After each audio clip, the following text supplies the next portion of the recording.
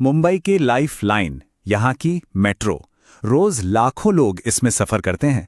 पर क्या कभी सोचा है कि इस इतने बड़े सिस्टम को चलाने के लिए पर्दे के पीछे असल में होता क्या है? आज हम उसी 30 करोड़ रुपए के कॉन्ट्रैक्ट की गहराई में उतरेंगे जो मुंबई को चलाता है। ये जो लोगो है ना, ये सिर्फ एक पहचान नहीं है।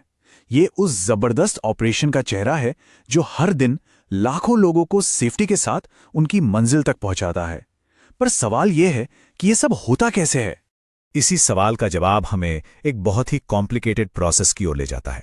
तो चलिए आज इसी को समझने की कोशिश करते हैं स्टेप बाय स्टेप। तो इस पूरी पहेली को सुलझाने के लिए ये रहा हमारा आज का रोड मैप। हम मुंबई मेट्रो की विशालता से शुरू करेंगे और फिर देखेंगे कि अगर कोई चूक हो जाए तो उसकी कीमत क्या होती है। तो सबसे पहले ये समझना जरूरी है कि ये ऑपरेशन आखिर कितना बड़ा है और क्यों ये कॉन्ट्रैक्ट पूरे शहर के लिए इतना ज्यादा मायने रखता है। जरा सोचिए, 337 किलोमीटर से भी लंबा नेटवर्क, ये है मुंबई मेट्रो का स्केल।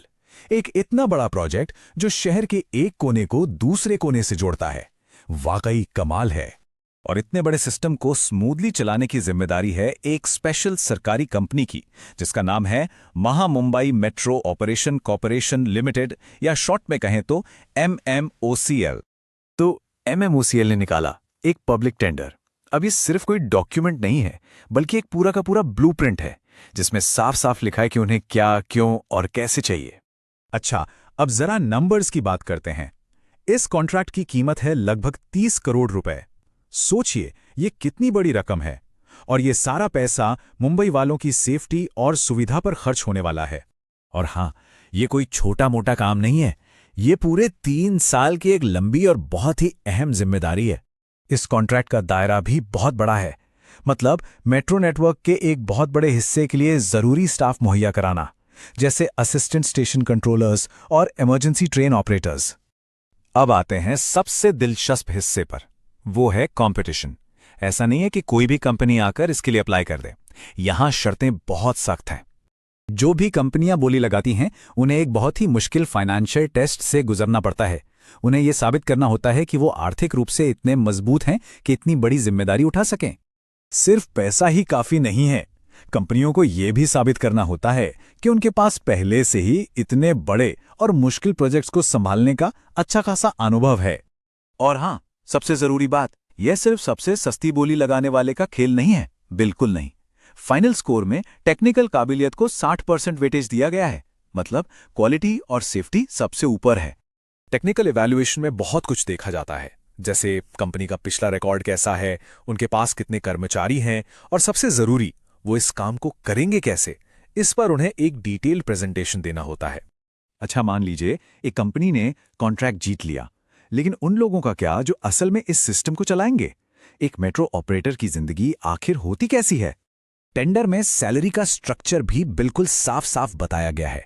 जैसे कि एक असिस्टेंट स्टेशन कंट्रोलर या ASC की टेक होम सैलरी 37,000 रुपए प्रति महीने से भी ज्यादा होती है। पर यह सिर्फ एक नौकरी नहीं है, यह एक बहुत बड़ी जिम्मेदारी है। यात्रियों की सेफ्टी से लेकर भीड़ को कंट्रोल करने और यहां तक कि किसी इमरजेंसी में ट्रेन चलाने तक सब कुछ इन्हीं के हाथ में होता है। और इस नौकरी को पाना बिल्कुल भी आसान नहीं है। कैंडिडेट्स को मुश्किल मेडिकल, साइकोलॉजिकल और पुलिस वेरिफिकेशन से गुजरना पड़ता है। ये सब इसलिए ताकि पक्का हो सके कि वो इस हाई प्रेशर वाले रोल के लिए एकदम फिट हैं। अब बात करते हैं जवाबदेही की, क्योंकि जब बात पब्लिक सेफ्टी की हो तो किसी भी तरह का समझौता नहीं किया जा सकता। इसलिए इस कॉन्ट्रैक्ट में पेनाल्टी का एक बहुत ही सख्त सिस्टम है। यहां दांव पर बहुत कुछ लगा है। गलतियां बहुत महंगी पड़ सकती हैं। लापरवाही से हुए एक्सीडेंट पर 5 लाख रुपए तक का जुर्माना है। और तो और स्टाफ की सैलरी में देरी करने पर भी पेनल्टी लगती है। और ये कोई छोटी मोटी जवाबदेही नहीं है। कॉन्ट्रैक्टर अपने काम के लिए कॉन्ट्रैक्ट की पूरी कीमत तक जिम्मेदार हैं। मतलब अगर वो फेल होते हैं तो उनका सब कुछ दांव पर लगा है। तो कुल मिलाके इस 80 पेज के डॉक्यूमेंट में लिखा हर नियम, हर शर्त और हर नंबर बस एक ही चीज पक्की करने के लिए है, लाखों यात्रियों के लिए एक सेफ और भरोसेमंद सफर।